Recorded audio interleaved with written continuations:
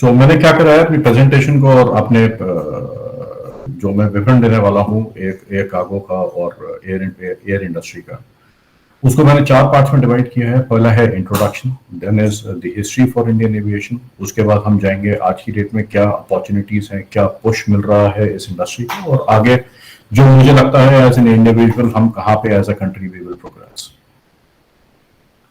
So moving ahead, the foreground is airline sector मेरे ख्याल से एक ना ऐसा सेक्टर हमेशा से रहा है which is always intriguing, always dynamic। सोचें तो बड़ा वो लगता है कि इतना बड़ा एक पीस ऑफ मेटल हवा में कैसे उड़ जाता है, 2 जने चलाते हैं, but at the same time so many passengers are traveling, but everybody thinks it's only the pilots and the cabin crew who are doing everything. उनके अलावा maybe some engineers on the ground, that's it, but it's a lot more. And at the end of the day, there is a lot of future, at least हमारी country के लिए, geographically हम जैसे placed हैं in the world, and the way we are progressing as a country, not only in terms of other industries but also in terms of aviation. So moving on to Indian aviation history, I took out a small photograph of the first flight of Tata Air Services, which was eventually taken over by the government of India. It was nationalized after some time. And then it was only then it was known as Air India. But the first flight for India commercially took place in Karachi, from Karachi to Mumbai in 1932. और अगर हम ये देखें कि 1932 में हमारी pre independence में first commercial flight take off की थी, so we were actually even at that time बहुत पीछे नहीं थे हम ग्लोबली। पहली फ्लाइट ग्लोबली जो टेक ऑफ हुई थी commercially, that was in 1999 between London and Paris.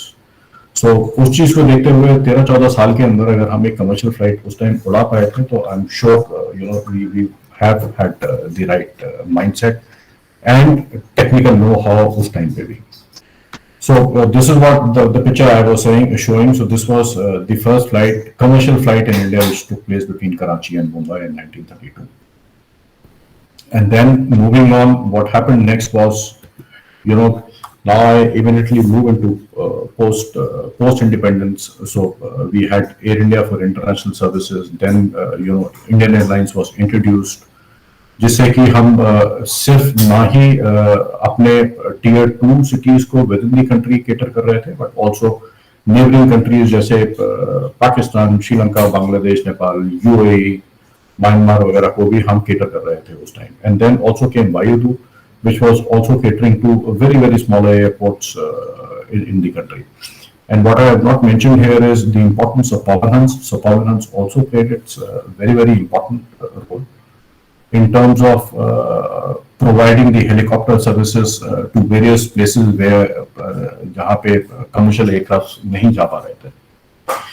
और इसमें सबसे इम्पोर्टेंट चीज ये थी कि जब 1953 में एयर इंडिया नेशनलाइज हुई थी, उस टाइम पे भी एयर इंडिया को ग्लोबली माना जाता था एक्चुअली एज अ महाराजा का।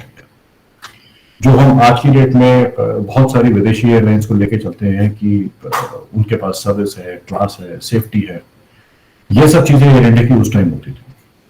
और अगर हम डीप में जाएं तो सिंगापुर एयरलाइंस जो आज की डेट में दुनिया में एक जानी मानी एयरलाइंस है, चाहे वो सर्विस के लिए है, पंक्चुअलिटी के लिए है, सेफ्टी के लिए है, इन फ्लाइट सर्विसेज के लिए, आप बोलिए उस चीज के लिए है, वो उस टाइम पे जब एयरलाइंस एस्टेब्लिश हो रही थी, उन्होंने एयर इंडिया से रिक्वेस्ट करी थी कि आप हमें प्लीज कंसल्ट करें, आप हमें बताइए आपके पायलट्स में क्या है, आप हमें बताइए आपने अपने केबिन क्रू कैसे ट्रेन किया है, आप पंक्चुअलिटी कैसे करते हैं। तो as a company at that time Air India ने उनको हैंड होल्ड किया था बहुत सारे डिपार्टमेंट्स में, उनको कंसल्टिंग दी थी, जिसकी वजह से अगर आज हम देखें तो एक नींव रखी गई थी बहुत स्ट्रॉन्ग ग्लोबल एयरलाइन की, जिसको हम आज की डेट में सिंगापुर एयरलाइंस के नाम से। अनफॉर्चुनेटली एयर इंडिया उस वे में कंटिन्यू नहीं कर पाए, बहुत सारे रीजंस थे इंटरनल एक्सटर्नल जिसकी वजह से नहीं हो पाया, but eventually hopefully now we also see Air India making a comeback. दूसरा जो एक हमारे कंट्री में डेवलप करा गया था 1940s में HAL, Hindustan Aeronautics Limited, as it was already known. So यहाँ पे the push to develop aircraft technicalities, aircraft maintenance etc. के लिए जोर रखा गया. काफी हद तक हम कामयाब रहे, बट इवेंचुअली जैसा ग्लोबल स्टैंडर्ड्स था उस तरीके से हम इस मार्केट को केटर नहीं कर पाए. आज की डेट में भी अगर मैं गलत नहीं हूँ, शायद नागपुर में एक एयर इंडिया का चलता है मेंटेनेंस यूनिट, पर जितना ग्लोबल स्टैंडर्डाइजेशन के हिसाब से है उस तरीके से हम आज की डेट में ये ग्लोबल मार्केट को नहीं कंटिन्यू कर पा रहे हैं. और इसके साथ ही मैं मूव करूंगा the introduction of private players.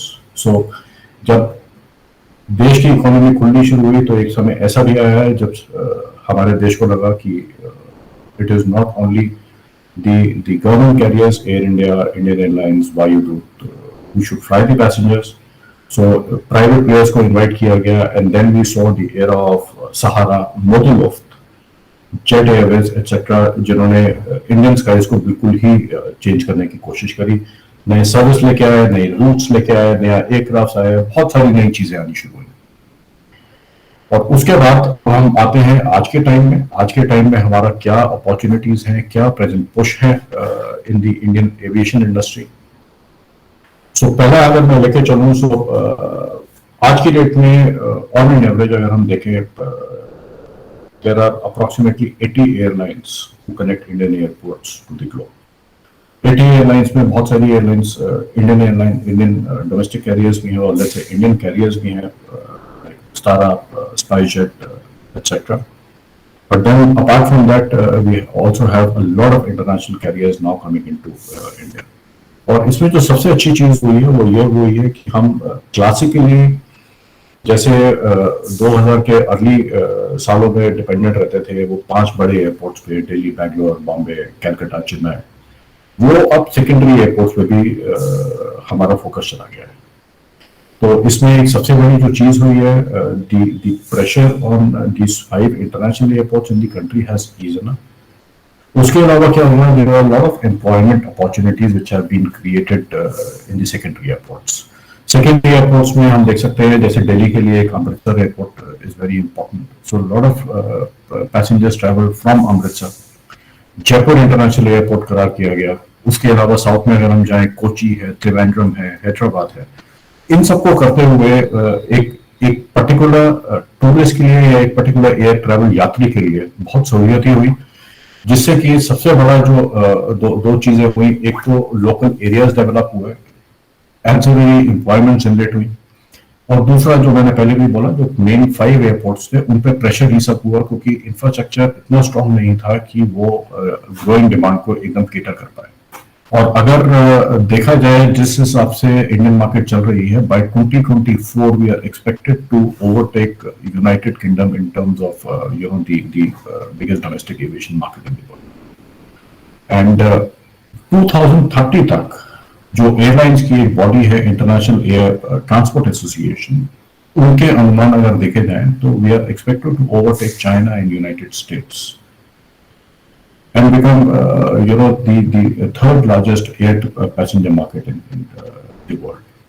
और this is only possible जब हमारा देश एक दुनिया में acknowledge किया जा रहा है, not only for industrialization but also tourists are coming in, which is again generating a lot of employment. Airline सिर्फ एक जरिया है जिससे टूरिस्ट यहाँ पे आ रहा है, बट जब टूरिस्ट आता है वो कहीं रहता है, वहां पे एम्प्लॉयमेंट जनरेट हो रही है, शॉपिंग करता है, वहां पे एम्प्लॉयमेंट जनरेट हो रही है, plus other ancillary industries as well. और उसके अलावा जो सबसे बड़ी चीज है, अगर आप इस स्लाइड पे देखें, by 2027 it is expected India will have 1100 aircraft owned by only the Indian airlines. So it can be the latest of the airlines like Vistara and the others. But 1100 aircrafts by 2027 is a huge number. और अगर इसको देखें तो 1100 airlines को cater करने के लिए जो मैन पावर नीड्स होंगे, जो टेक्निकल नो हाउ होगा, जो एंसिलरी जॉब्स क्रिएट होंगी, that will be huge.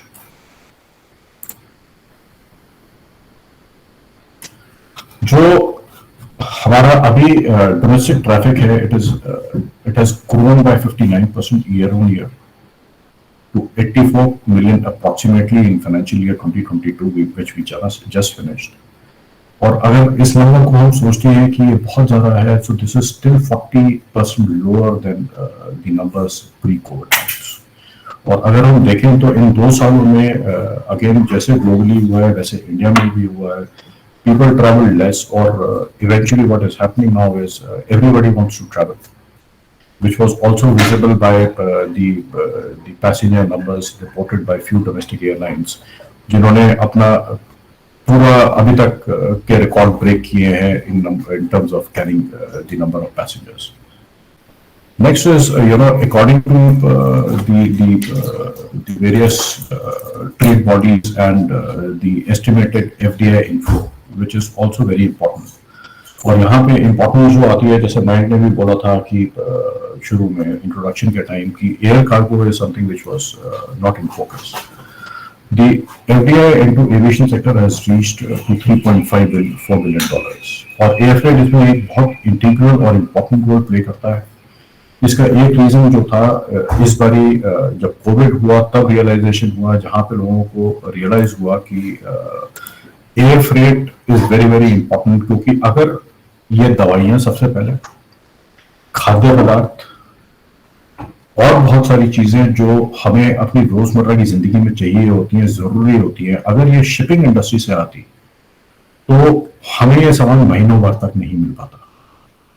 It was only because of air freight, जिसकी वजह से overnight things kept on moving and eventually everybody was able to still live globally a life which they were still living pre-COVID times. और इसमें अगर मैं थोड़ा और deep जाऊं, स्पेशली एट द टाइम जब हमारे देश ने अनाउंस करा था कि कोविड की वैक्सीनेशन आ गई है और बाहरी देशों ने ऑर्डर करने शुरू करे कि हमें इतनी लाख का डोजेस चाहिए, किसी को इतने करोड़ डोजेस चाहिए, इतने टाइम के अंदर चाहिए. It was not easy. और उस टाइम जो मीडिया रिपोर्ट कर रहे थे कि 22 डिग्री माइनस में जाना चाहिए, -40 डिग्री में जाना चाहिए, एज अ कार्गो कैरियर जब सब सोच रहे थे कैसे होगा, we were developing technologies with our partners. हम ये सोच रहे थे कि कैसे हम ट्रांसपोर्ट कर सकते हैं, सिर्फ इंडिया से नहीं बाकी और देशों से भी कैसे ट्रांसपोर्ट कर सकते हैं, क्योंकि और भी देश थे जो बोलना शुरू कर रहे थे कि हमने दवाई बना ली है. और इस टाइम पे most of the carriers came up with solutions, चाहे वो डोमेस्टिक कैरियर्स थे, मैं नाम नहीं ले पाऊंगा यहाँ पे, बट बहुत सारे डोमेस्टिक कैरियर्स ने हमारे पड़ोसी देशों में मल्टीपल चार्टर्स चलाए, जबकि इन कैरियर्स के पास एक्सपर्टीज नहीं थी कार्गो ट्रांसपोर्ट करने की. ये पैसेंजर कैरियर्स थे, इन्होंने पैसेंजर सीट्स पे अपना कार्गो रखा, ट्रांसपोर्ट करा टू नेबरिंग कंट्रीज, जहां पे हमने कमिट किया था कि हम आपको दवाइयां देंगे. और उस टाइम पे air cargo came as, let's say, I would say, after the vaccination as a saving device for the whole world. And moving forward, government allowed 100% automatic FDI in aviation, air transport services, but which is subject to government approval. उसके अलावा aviation industry is expected to witness around 35,000 crores of investment in next 4 to 5 years. This is the expectation what government is trying to do. और इसमें फिर again various aspects आ जाते हैं. इसमें अगर आप देखेंगे नोएडा में नया एयरपोर्ट बन रहा है which includes investments from the airport owner, जो स्विस एयरपोर्ट है इस टाइम. मुंबई में नया एयरपोर्ट आ रहा है, अभी हाल ही में चेन्नई के लिए एक नया इंटरनेशनल एयरपोर्ट अनाउंस किया गया है. तो ये सारी investments apart from the other investments, जब एयरपोर्ट आता है तो उसके साथ और भी बहुत सारी चीजें, टेक्निकल नो हाउ आती है, बहुत सारा इक्विपमेंट आता है जो बाहर से आता है. प्लस आज की डेट में एयरक्राफ्ट मेंटेनेंस जो एक बहुत बड़ी इंडस्ट्री है ग्लोबली, उसका एक बहुत बड़ा पुश है कि इंडिया को एक सेंटर बनाया जाए जहां पे एयरक्राफ्ट मेंटेनेंस हो पाए. और ये एक बड़ी इंपॉर्टेंट चीज है, बिकॉज ये एक टेक्निकल इंडस्ट्री होने के अलावा ये एक रेगुलर चीज है. जैसे हम अपनी गाड़ी होती है, हमें मालूम है कि हर इतने 1000 किलोमीटर के बाद हमें सर्विस करवानी है, या हर महीने 6 महीने के बाद हमें सर्विस करवानी है. एयरक्राफ्ट का भी ये मैंडेटरी है. गाड़ी हम एक बारी के लिए छोड़ दें कि सर्विस नहीं करवाई, कोई बात नहीं, सब चल रहा है, ठीक है, पर एयरक्राफ्ट में आप ऐसे नहीं कर सकते हैं। तो इस चीज के लिए जो इंडस्ट्री अगर ये हम डेवलप कर पाते हैं इन फ्यूचर, ये एक हमारे जो इंजीनियर्स हैं, एयरक्राफ्ट इंजीनियर्स हैं, उनके लिए फ्यूचर में एक बहुत बड़ा ओपनिंग रहेगा। अपार्ट फ्रॉम दैट अगर हम देखें तो बोइंग ने यूनिवर्सिटीज के साथ टाइप किया है to conduct various management safety programs. इसके अलावा अगर हम देखें तो WTTC which is world tourism travel council, उन्होंने इंडिया को 7th रैंक किया है in 187 countries in terms of travel and tourism contribution. और जितना हम पुश देंगे एयर इंडस्ट्री को, ये नंबर उतना ही हमारे लिए इंक्रीज करेगा। और जैसे मैंने शुरू में भी बोला, it is very important to consider कि हमारी एंसिलरी इंडस्ट्रीज जो इसके साथ डेवलप होती है। Moving forward, one important thing what has also been done is, जैसे मैंने बोला था, स्मॉलर सिटीज के जो एयरपोर्ट्स को हमारे यहाँ पुश मिला है, उससे एक आत्मनिर्भरता बहुत ज्यादा हो रही है। एक बहुत अच्छा मैं आपको एग्जांपल देता हूँ। नॉर्थ ईस्ट रीजन में हरी मिर्च बहुत अच्छी होती है। और अभी तक क्या होता था, जब तक एयरपोर्ट कनेक्टिविटी नहीं थी नॉर्थ ईस्ट में, तब तक to export this green chillies, हमारे जो एक्सपोर्टर्स थे, जो हमारे फार्मर्स थे, उनको बहुत परेशानी होती थी, बहुत दिक्कतें होती थी, क्योंकि जब वो कम्पीट करते थे इंटरनेशनल मार्केट के साथ, तो इनकी या तो कॉस्ट बहुत ऊपर चली जाती थी, या जब तक मिर्च डिलीवर होने का टाइम होता था वो खराब हो जाती थी। बट अब क्या हुआ है, जैसे नॉर्थ ईस्ट में एयरपोर्ट्स खोले गए हैं, तो उसकी वजह से this is one big industry which has come up. Plus north east का अगर दूसरा एग्जांपल दूंगा, bamboo industry has come up in a big, bamboo furniture etcetera. तो इससे हो क्या रहा है, it is giving a big commercial push to these industries. Plus एक जो एयर सेक्टर बहुत बड़ा रोल प्ले करता है, वो है medical tourism, in non medical tourism. So अगर आपके पास मेडिकल सर्विसेज हैं एज अ देश, आपके पड़ोसी देशों में अगर नहीं है, तो बहुत सारे लोग आपके देश में आते हैं इलाज करवाने के लिए। एट द सेम टाइम, अगर आप ऐसे शहर में बैठे हैं जहां पे आपके पास within India medical facility ज्यादा नहीं है, और आप बड़े देश में जाना चाहते हैं, जैसे आप मे भी जयपुर से दिल्ली आना चाहते हैं या लखनऊ से दिल्ली आना चाहते हैं, पेशेंट की तबीयत इतनी अच्छी नहीं है कि उसको ट्रेन से लाया जाए या बाय रोड लाया जाए, तो वहां पे airlines play a very important role. It is called air ambulance. So आप चार्टर कर सकते हैं विद इन दी एयरक्राफ्ट, आपके लिए सीट्स अरेंज करी जाती हैं। तो नॉर्मल पैसेंजर एयरक्राफ्ट होगा, नॉर्मल पैसेंजर्स ट्राई कर रहे होंगे, पर उसी समय एक पैसेंजर ऐसा भी होगा जो ट्रैवल कर रहा होगा कुछ नर्सेस के साथ, कुछ डॉक्टर्स के साथ, और एक स्ट्रेचर के साथ। सो दिस इज वेयर मुझे जो लगता है कि जो छोटे छोटे एयरपोर्ट्स खोले गए हैं, वहां पे हमारे सिटीजन्स के लिए एक बहुत बड़ा बेनिफिट मिला है in terms of taking the medical advantage from the other bigger cities. Then is the green aviation policy. तो हम सब जगह सुनते हैं कि डीजल बंद करो, प्लास्टिक बंद करो, but what was important is airlines जब ऑपरेट करती है, they are one of the biggest polluters, क्योंकि बहुत ज्यादा फ्यूल कंजम्पशन होता है। सिर्फ हवा में नहीं, जब एयरक्राफ्ट नीचे खड़ा होता है तब भी बहुत पोल्यूशन होता है, क्योंकि एयरक्राफ्ट के इंजन्स कुछ टाइम पहले उड़ने से स्टार्ट करे जाते हैं। तो उस टाइम जो पोल्यूशन हो रहा था, उसको कैसे केटर किया जाए। एंड ग्लोबली एक नया कॉन्सेप्ट निकाला गया जो SAF कहलाता है, sustainable aviation fuel. So sustainable aviation fuel क्या है? This is not the normal petrol or diesel what we use for our vehicles. This is a fuel which is made out of our kitchen oil. It is much less polluting than the traditional diesel and petrols. And this is where globally the airlines are pushing the use. और इसके साथ होता क्या है कि बहुत सारी companies अब ग्लोबली, जब UN ने अपना इस बारी चार्टर निकाला, बोला कि एक हमें इनिशिएटिव लेना चाहिए पूरी अर्थ के लिए, सो दैट हम एक एनवायरनमेंट ऐसा क्रिएट कर रहे हैं जहाँ पे पोल्यूशन कम हो, डिजनरेशन ऑफ द अर्थ कम हो। वहां पे airlines have to play a very important role. और इसमें अगर हम देखें, इंडिया में अभी एसएएफ यूज नहीं होना शुरू हुआ है, इंडियन कैरियर्स ने नहीं यूज किया है। इंटरनेशनल एयरलाइंस जो इंडिया में ऑपरेट कर रही हैं अभी वो भी नहीं यूज कर पाए हैं बिकॉज इंडिया में अवेलेबिलिटी नहीं है। But in future I am sure this would be something which would be playing a very pivotal role. पर at the same time as a country हम पीछे नहीं थे। जब बाकी दुनिया सोच रही थी एसएएफ के लिए या और एयर ट्रांसपोर्ट को कैसे क्लीन एनर्जी के साथ यूज करा जाए, उस टाइम हम लोग भी ऑन द ग्राउंड, हमारे एयरपोर्ट्स, हमारे स्टेक होल्डर्स ये सोच रहे थे कि हम क्या कर सकते हैं अपार्ट फ्रॉम फ्यूल, जिससे कि हमारी जो सर्विसेज हैं जो हम एयरपोर्ट्स को दे रहे हैं या एयरलाइंस को दे रहे हैं उसको हम ग्रीन कर सकें, जिससे कि at least on the ground there is less of pollution. And this is where I am proud to share Delhi as an airport, Indira Gandhi International Airport, which is operated by GMR. उन्होंने 1000 taxi bots assisted flights operate करी, and the first carrier to operate was Air India as a test flight out of Delhi.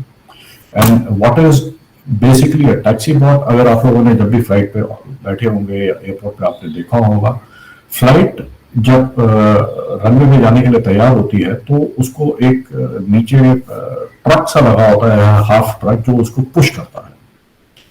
वो जो होता है push करने के लिए basically tractor होता है जिसको मॉडिफाई करा जाता है, वो बहुत ज्यादा फ्यूल कंजम्पशन करता है, बहुत ज्यादा पोल्यूशन देता है। And that is where air taxi bots come into place. They are more scientific, they are very, very fuel efficient, and eventually this is going to be the future globally as well. Moving on, what lies ahead for us as industry, aviation industry. So, as I mentioned earlier, एक सबसे पहला हमारे लिए important है customer centricity. हम लोग हर जगह जाते हैं, हम लोगों को हमेशा ये लगता है कि जो हमें सर्विस दी जा रही है, चाहे वो चेक इन पे हो, एयरपोर्ट एंट्रेंस पे हो, इन फ्लाइट पे हो, that should be world class. And I think this is where जो हमारे स्टूडेंट्स हैं, जो हमारा फ्यूचर है, इनके लिए this is a very very big thing. ये एक ऐसा करियर अपॉर्चुनिटी है जिसमें आपको टेक्निकल नो नहीं चाहिए, you don't require to be a science graduate, आपको बीटेक नहीं करना है।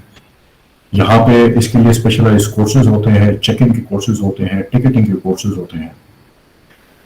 उसके अलावा जो एक आगे जाके हम देखते हैं जो बाहरी दुनिया को नहीं दिखता है, एक एयरक्राफ्ट को ऑपरेट करने के लिए जब भी आप प्लेन के अंदर बैठेंगे, खिड़की से बाहर निकल के देखेंगे, खिड़की से बाहर देखेंगे अगर एयरपोर्ट पे, तो आप देखेंगे नीचे बहुत सारे वर्कर्स होते हैं जो काम कर रहे होते हैं। These are the people who are apart from the aircraft engineers running the aircraft। Baggage की लोडिंग है, बैगेज की बाइफिकेशन है। एक फ्लाइट जाती है, अगर मैं लुफ्तांसा की फ्लाइट का एग्जांपल लेता हूँ, हमारी फ्लाइट दिल्ली से फ्रैंकफर्ट जा रही है, जिसमें पैसेंजर्स मे भी 80 सिटीज में अलग अलग जा रहे हैं। कैसे सिस्टमेटिकली ये लोग कार्गो और बैगेज को एयरक्राफ्ट के अंदर लोड करते हैं, जिससे फ्रैंकफर्ट में जाके या जो भी आपका ट्रांजिट पॉइंट है वहां पर जाके बैगेज ऐसा डिस्ट्रीब्यूट हो कि जब आप अपनी फाइनल डेस्टिनेशन तक पहुंचे आपको आपकी फ्लाइट में बैगेज मिले। आप इमेजिन करिए अगर 60 मिनट का आपका ट्रांजिट टाइम है, मे बी अगर आप न्यूयॉर्क जा रहे हैं फ्लाइट पे और फ्रैंकफर्ट में अगर आपका 60 मिनट का ट्रांजिट टाइम है, तो आपकी फ्लाइट से आपका बैगेज उतारना, आइडेंटिफाई करना कि आपका बैगेज कौन सा है और आपका कौन सी फ्लाइट पर बैगेज जाना है, ये वो वाले कर्मी हैं जो ग्राउंड पे काम करते हैं, जो हमें कभी सामने नहीं नजर आते। उसके अलावा जैसे मैंने पहले भी एक टच किया था कोविड के टाइम का, सो कोविड के टाइम में मैं कमर्शियल साइड से हूँ, सो मेरे लिए बहुत आसान था, मेरे को घर से काम करना था क्योंकि मेरे पास लैपटॉप था, इंटरनेट था। बट जो मेरे सहकर्मी थे, जो मेरे कोलीग्स थे, जो एयरपोर्ट पे काम करते हैं, तो इंश्योर की फ्लाइट की लोडिंग ठीक हो रही है, फ्लाइट की ऑफलोडिंग ठीक हो रही है, फ्लाइट टाइम पे आ रही है, फ्लाइट टाइम पे जा रही है, फ्लाइट टेक्निकली सेफ है, उन लोगों को पूरे टाइम एयरपोर्ट पे रहना पड़ता था। And they were the ones who were ensuring कि दवाइयां आ रही हैं, दवाइयां जा रही हैं टाइम से, खाद्य पदार्थ आ रहे हैं, टेक्नोलॉजी की इतनी ज्यादा डिमांड बढ़ी कोविड के टाइम पे, लैपटॉप्स, आईपैड्स, टैबलेट्स जिनकी डिमांड हर जगह बढ़ रही थी, जो एयर फ्रेट में नॉर्मली नहीं आते थे पहले, उन सबको ट्रांसपोर्ट किया गया।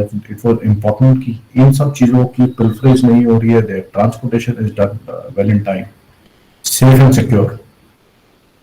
And then moving forward, now the technology is also coming जहाँ पे आप अपने बैगेज पे अपना टैग लगाएं, जो आप अपने मोबाइल फोन के ऐप से ट्रैक कर सकें आपका बैगेज का। So this is how the technology now is evolving in future, and in coming years we are progressing, I would say, in the right direction. So again, coming back to the technology, so robotics, one example could be, अभी दिल्ली ने announce किया है airports पे कि they are testing the body scanners, जो एक globally बहुत important समझा जा रहा है, unlike the old x ray system. X ray system में पहले क्या होता था, आपका सिर्फ मैनुअल एक्सरे होता था, but body scanners are even more advance to avoid any terrorist और unwanted strikes on the aircraft. उसके अलावा जैसे मैंने आपको टेक्नोलॉजी का बताया, बैगेज टैग्स की टेक्नोलॉजी हो रही है, aircrafts are becoming more sustainable, everything is becoming more technologically backed together with AI in terms of how a passenger travels. अगर आप एआई की बात करके देखें, आप एक फ्रीक्वेंट फ्लायर अपना मेंबरशिप कार्ड अगर एयरलाइंस के साथ बनाते हैं, एयरलाइंस अब एआई को ऐसे यूज कर रहे हैं जिसमें अगर आप एक मैथ्स ग्रेजुएट हैं, आप समझ पाएंगे कि ट्रैक करना कि इस इंडिविजुअल की प्रेफरेंसेस क्या है। जैसे ही आप सिस्टम में अपना रिस्पेक्टिव एयरलाइंस के साथ, अपना फ्रीक्वेंट फ्लायर के साथ लॉग इन करते हैं, तो एयरलाइन बताती है, अच्छा आपको पीछे वाली सीट पसंद आती है, नॉन विंडो वाली पसंद आती है, क्या मैं आपके लिए वो रिजर्व कर दूं? अगर आप सुबह फ्लाई कर रहे हैं, आपको ब्रेकफास्ट में ये पसंद है, आप डिनर पे टाइम पे फ्लाई कर रहे हैं, आपको डिनर में ये पसंद है। So this is where I would say the student should also be looking at. You don't necessarily have to be a BTech or an aircraft engineer to be a part of the civil aviation industry. मैं ये नहीं कह रहा हूँ कि BTech की importance नहीं है, वो लोग अपना पार्ट प्ले करते हैं, बट जो नॉन टेक्निकल वाले हैं उनकी भी इक्वली रिक्वायर्ड इम्पोर्टेंस है in the aviation industry. And with this I would like to conclude by saying, हमारा देश में इस टाइम बहुत बड़ी अपॉर्चुनिटी है विच इज स्टिल अनटैप्ड। अगर आप खुद देखिए, ज्योग्राफिकली हम ऐसे लोकेटेड हैं जहां पे हम ईस्ट को वेस्ट से, Asia to Europe, Europe to Asia, Asia to Africa, Africa to Asia, Asia to down south Australasia, Europe to Australasia, Asia to US, connectivity करने के लिए we have a very big advantage, and this is where I see a major growth awaiting for Indian civil aviation industry. Or अगर if you are going on the right track with our partners in India, तो मुझे लगता है this will also become a huge employment opportunity for our next generation. And then, as I mentioned earlier, MRO facilities जो मैं बोल रहा था aircraft maintenance की, this is technical, but then this is a huge industry waiting in pipeline to explore for India. And then talking about PPP model, आप देखिए airports का क्या चेंज ओवर हुआ है। Now we feel like traveling to airports. एक classical example अगर मैं दूं, शांगी एयरपोर्ट है सिंगापुर का, which for years it is always said कि वो दुनिया का बेस्ट एयरपोर्ट माना जाता है। इनफैक्ट बहुत सारे लोग सिर्फ एयरपोर्ट देखने के लिए भी शांगी जाते हैं। And मुझे ये लगता है कि in years to come, if we are putting the right focus, then I am sure we would be able to come up as a world-class aviation market, generating the right employment for our future generations. And with this, I finish my presentation.